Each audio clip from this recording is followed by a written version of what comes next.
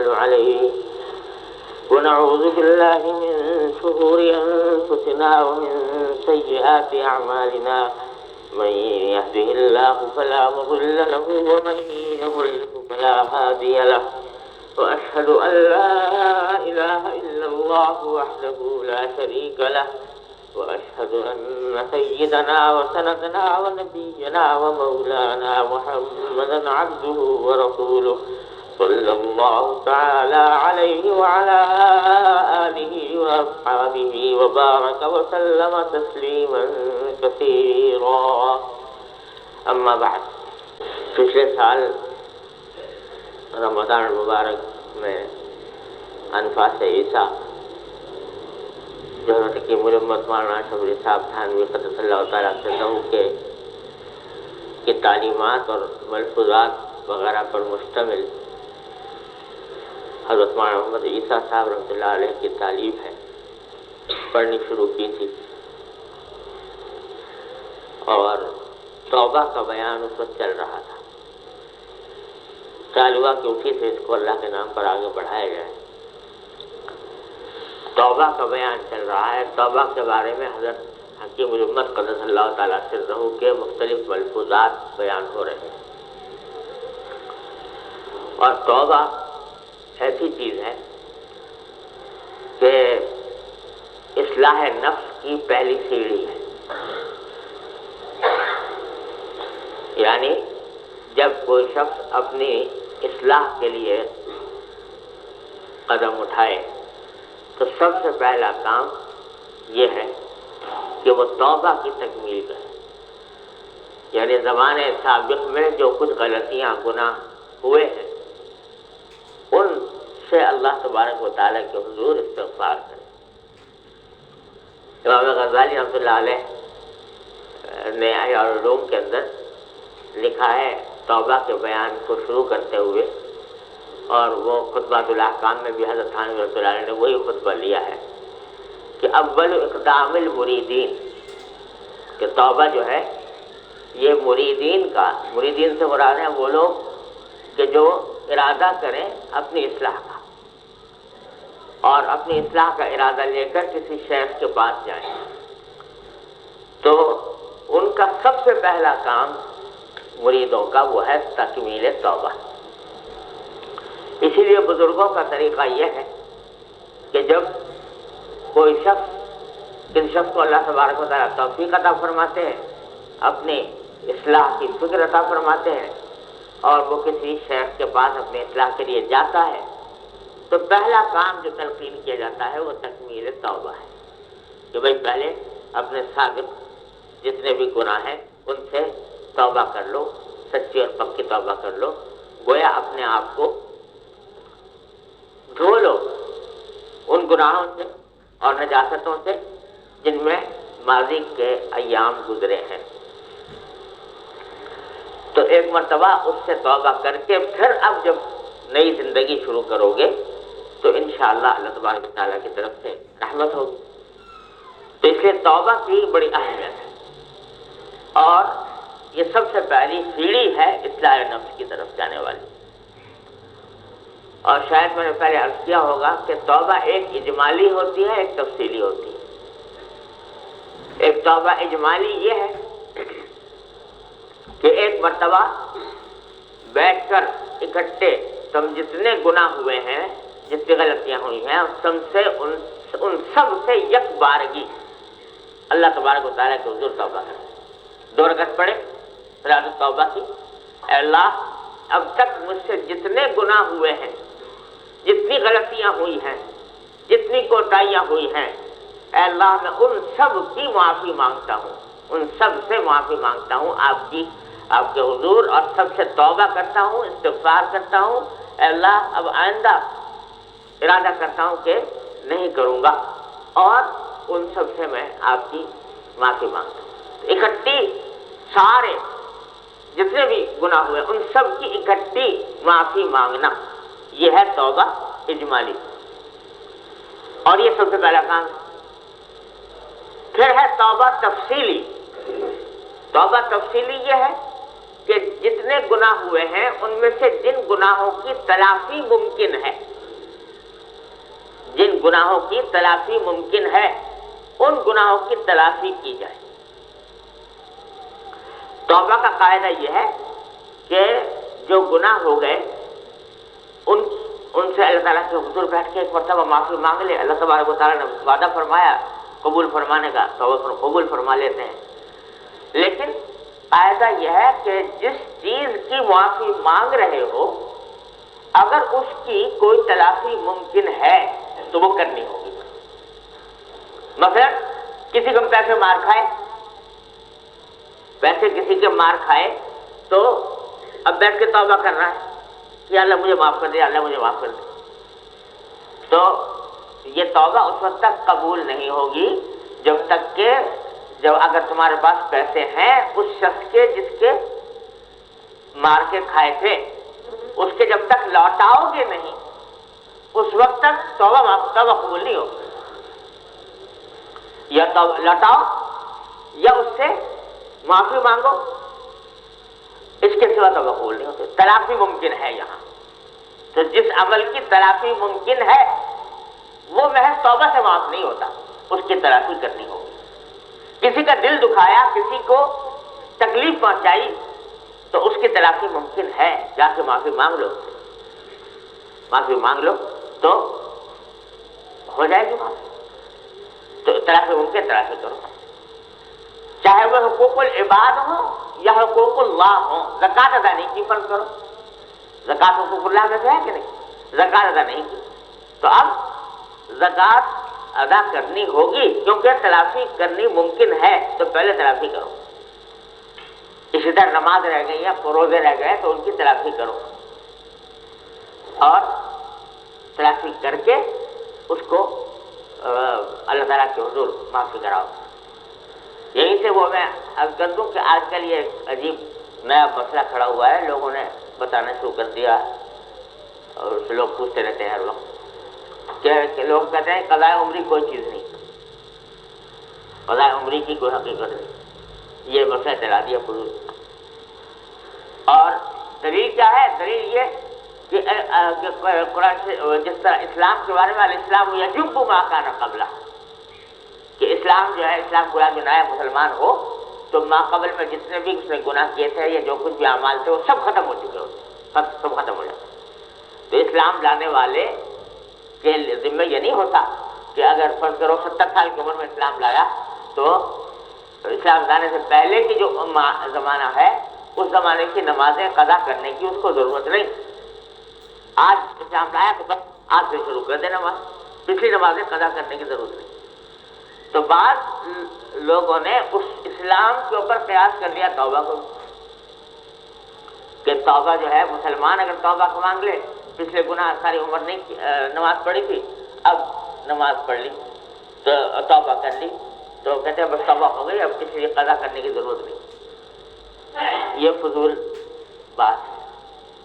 اس واسطے کہ ابھی میں نے عرض کیا کہ توبہ کا اصول یہ ہے، جو مسلمان ہوا تھا نا جو آدمی، تو اللہ تعالیٰ نے جب وہ کافر تھا تو کافر فروغ کا مخاطب ہوتا ہی نہیں، کافر کو تو سب سے پہلا خطاب یہ ہے کہ تو اسلام لا، نماز اس کے ذمہ فرض ہی نہیں، نماز تو بعد میں فرض ہوگی نا جب مسلمان ہوگا، جب فرض ہی نہیں تو اس کے ذمہ ہے ہی نہیں۔ اسلام لایا، اسلام لانے کے بعد شروع کر دی، بخلاف مسلمان کے کہ مسلمان کے تو بالغ ہوتے ہی فرض ہو گئی نماز، بالغ ہوتے ہی فرض ہو گئی، اور جب فرض ہو گئی وہ چھوڑتا رہا اس کے ذمہ لگتی رہی۔ اب جب وقت آیا توبہ کا تو توبہ کر لی بے شک، لیکن توبہ کا اصول یہ ہے کہ جس عمل کی تلافی ممکن ہو وہ تلافی کیے بغیر توبہ قبول نہیں ہوتی۔ تو اب اگر اس کے اندر اتنی ابھی وقت ہے کہ نماز پڑھ سکتا ہے تو قضا کرنی ہوگی پچھلی نماز، کیونکہ تلافی کرنا ممکن ہے۔ روزے اگر چھوٹے تو روزے کی قضا کرنی ہوگی کیونکہ روزے اس کے ذمہ باقی ہیں، ورنہ اس کی کوئی معقول وجہ نہیں کہ ایک آدمی 80 سال تک مسلسل نماز پڑھتا رہے اور ایک آدمی 80 سال تک چھوڑے رہے، آخر میں جا کے مرتے وقت کہہ رہے اللہ توبہ کرتا ہوں اور ساری نمازیں معاف ہو گئی۔ ایک آدمی بیچارہ جو وہ کہتے ہیں کہ ایک دن کی قضا ہو جائے تو ٹھیک ہے کر لو، ایک دن زیادہ ہو جائے تو معاف ہے۔ عجیب قصہ ہے، جس کا مطلب ہے کہ ایک دن کی قضا کر لی، ایک دن کیا گیا تو قضا واجب ہے، ایک دن سے زیادہ اگر گزر گیا تو معاف۔ تو مطلب یہ کہ یہ تو بڑی اچھا نسخہ ہے کہ بھائی ہر روز جب نماز قضا ہو جائے تو ایک دن سے زیادہ کر لو اور پھر اس کے بعد توبہ کرتے رہو۔ تو یہ سب فضول بات، جس کی تلافی کی بس یہ اصول یاد رکھو، جس چیز کی تلافی ممکن ہے اس کی تلافی کیے بغیر توبہ نہیں ہوتی۔ اب تو کسی نے فرض کرو اللہ بچائے شراب پی تھی، بہت عرصے تک پیتا رہا، اب پینے کے بعد اب توبہ کرنے کا وقت آیا تو توبہ کر لے، اس کی تلافی ممکن نہیں، جو پی لی سو پی لی، اب کہاں سے اس کی تلافی کیا کرے؟ لہٰذا اس کی توبہ اللہ تعالیٰ اس کو بچوں کی تلافی ممکن نہیں ہے تو توبہ کر لی، چل تیری توبہ معاف کر لی۔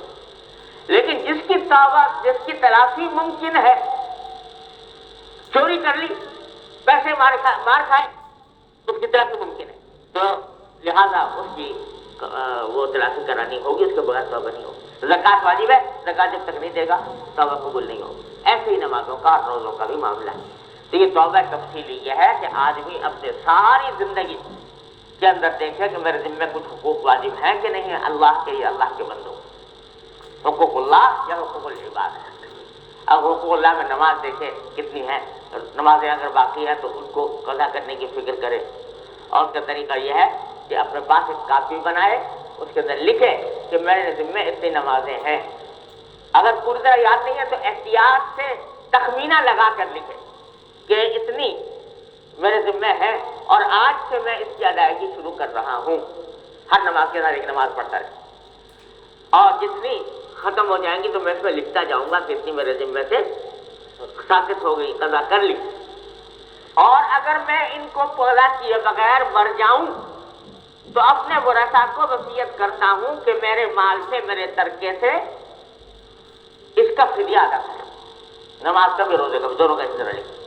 کیونکہ اگر یہ وصیت نہیں کرے گا تو چاہے لاکھوں کروڑوں بھی چھوڑ کر چلا جائے، وارثوں کے ذمہ واجب نہیں ہے کہ آپ کا فدیہ ادا کرے نماز۔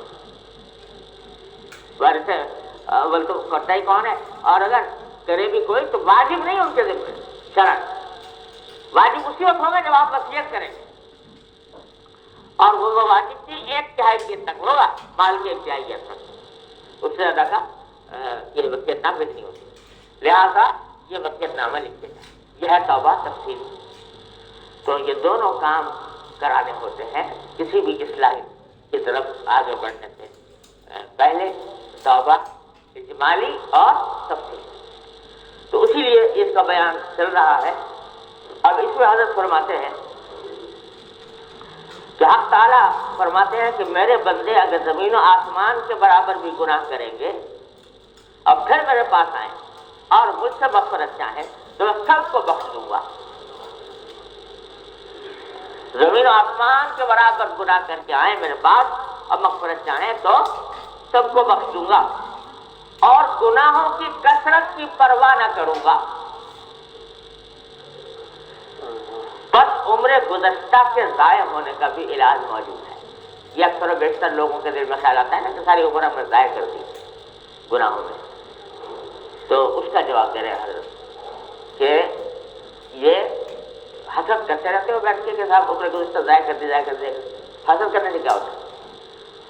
بھئی اللہ نے علاج موجود رکھا ہے، اگر ضائع کی ہے پچھلی عمر تو اس کا علاج موجود ہے، اور وہ یہ کہ توبہ کر لو اللہ تبارک و تعالیٰ کو، وہی توبہ اجمالی توبہ تفصیل کر لو۔ لا علاج کوئی مرض نہیں، اور وہ علاج یہ ہے کہ توبہ کرو، اور توبہ کا طریقہ بھی کسی شیخ سے پوچھو، اور جو کچھ وہ بتائے پھر اس میں اپنی رائے نہ لگاؤ۔ آج کل خود رائے کا مرض بہت پھیل رہا ہے، اس لیے لوگوں کو راستہ نہیں ملتا۔ تو خلاصہ جو بتلانا یہاں پر منظور ہے وہ یہ کہ گناہ کی شدت ہو یا کثرت ہو، ان میں سے کوئی چیز بھی مایوسی پیدا نہ کرے۔ گناہ کی شدت ہو یا کثرت ہو، گناہ کتنا بڑا کیا ہو، کتنے زیادہ کیے ہوں. اللہ تعالیٰ فرماتے ہیں سارے آزمین آسمان اور کے لیے آؤ میرے پاس اور مغفرت چاہو تو میں مغفرت کر دوں گا. اس نے خود کر فرمایا یا عبادی الذین اسرفوا علی انفسہم لا تقنطوا من رحمت اللہ ان اللہ یغفر الذنوب جميعا. اب اس طرح کھل کے علم اور کیا کہتے اے میرے بندوں جنہوں نے اپنی جانوں پر ظلم کیا.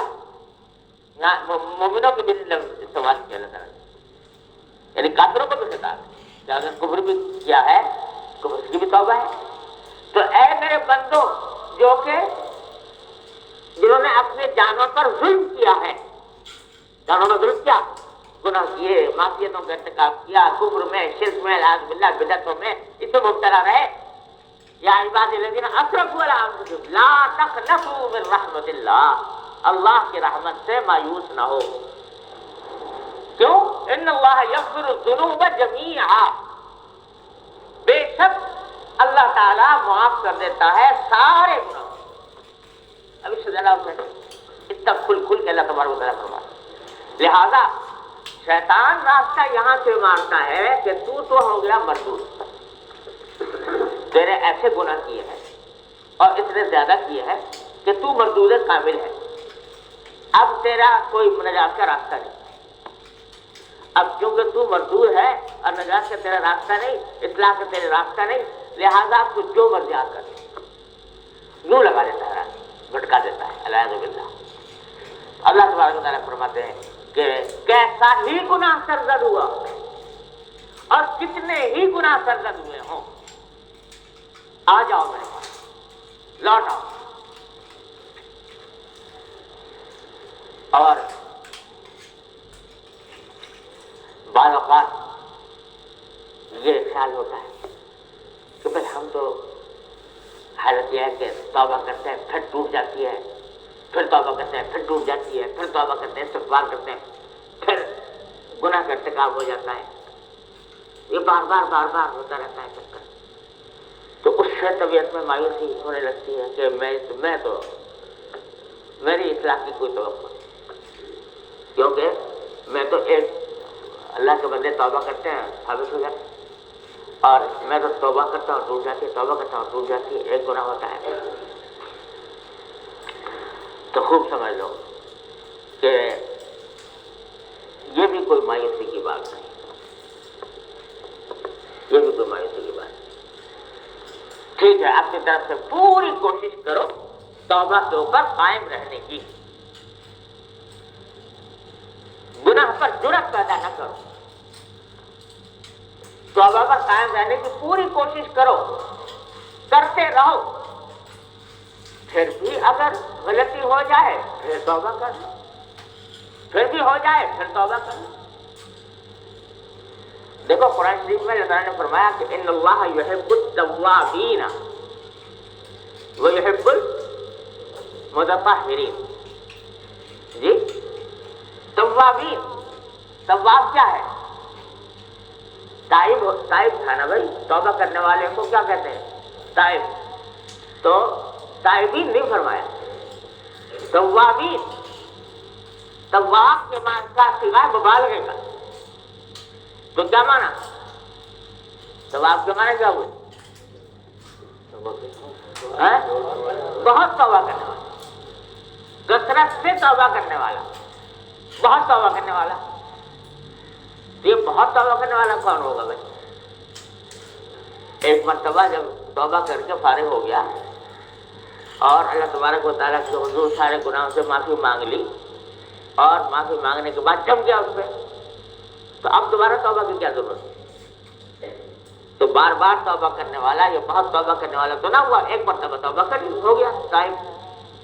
لیکن تواب بار بار توبہ کرنے والا، کیسے سے توبہ کرنے والا. تو ذکر ہی ان لوگوں کا ہو رہا ہے کہ توبہ کی پھر غلطی ہو گئی، توبہ کی پھر غلطی ہو گئی، پھر رجوع کر رہا ہے، پھر رجوع کر رہا ہے، پھر رجوع کر رہا ہے. تو ایک خفیف سا اس میں اشارہ موجود ہے، اس بات کا موجود ہے کہ توبہ اپنی طرف سے پکی کرو، اور پکی کرنے کے بعد اس کے اوپر ثابت قدم رہنے کی پوری کوشش کرو، لیکن کیا ہوگا؟ کہیں نہ کہیں پھسلو گے۔ جب پھسل جاؤ تو گھبرانا مت، مایوس مت ہونا، پھر لوٹ آنا ہمارے پاس، پھر لوٹ آنا ہمارے پاس۔ توبہ کے معنی کیا ہے؟ لوٹنا۔ تابہ یتوب، عربی معنی لوٹنا، پھر لوٹ آنا ہمارے پاس۔ تو جو کثرت سے ہماری طرف لوٹتے ہیں، جہاں غلطی ہوئی ہماری طرف آ گئے، جو غلطی ہو گئی پھر واپس آ گئے، غلطی ہو گئی پھر واپس آ گئے، تو یہ ہے تواب۔ ان اللہ یحب التوابین، اللہ تعالیٰ بہت پسند کرتا ہے ان لوگوں کو جو اللہ تبارک و تعالیٰ کی طرف کثرت سے رجوع کرتے ہیں، کثرت سے لوٹتے ہیں۔ سمجھے بھائی؟ تو اس واسطے یہ تواب کا لفظ خود بتا رہا ہے کہ تو انسان ہے، فرشتہ نہیں۔ تو لہذا جب تو توبہ کرے گا تو توبہ کرنے کے بعد پھر کبھی نہ کبھی پھسلے گا، تو جب پھسلے واپس آ جا۔ تو یہ تواب کا صیغہ جو ہے وہ خود اس بات پر دلالت کر رہا ہے۔ تو اس لیے اس میں بھی کوئی مایوسی کی بات نہیں۔ غلطی ہوئی لوٹاؤ، غلطی ہوئی لوٹاؤ، غلطی ہوئی لوٹاؤ۔ جب یہ کرو گے بس اہتمام اس کا ہو کہ کوئی غلطی توبہ کے بغیر نہ گزرے،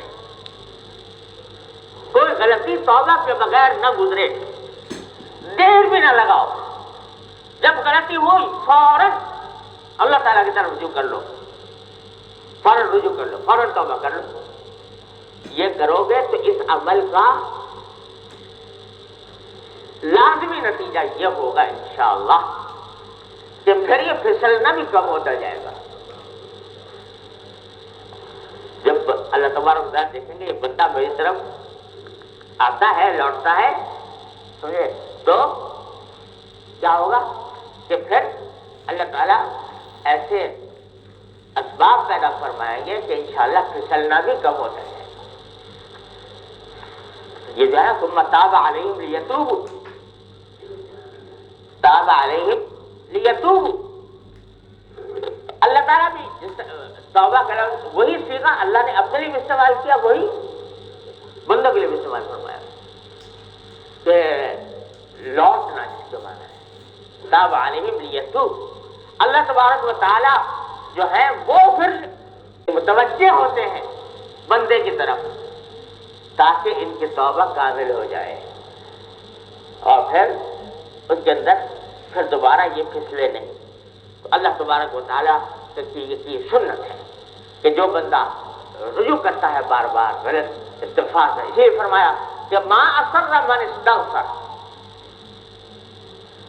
جو بندہ استغفار کرتا رہے وہ گناہ پر اصرار کرنے والوں میں شمار نہیں ہوگا، جو استغفار کرتا ہے۔ تو اللہ نے ایسا دریافت عطا فرما دیا ہے ہر مومن کے ہاتھ میں کہ جب کبھی شیطان ڈسے، نفس ڈسے، فوراً اس دریافت کو استعمال کر لو، اللہ تبارک و تعالیٰ کی طرف رجوع کرو، استغفار کرو، توبہ کرو۔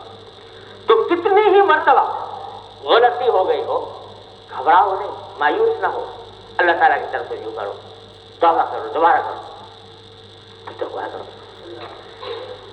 اللہ اکبر۔ ہمارے حضرت حکیم الامت قدس اللہ تعالیٰ سے لوگ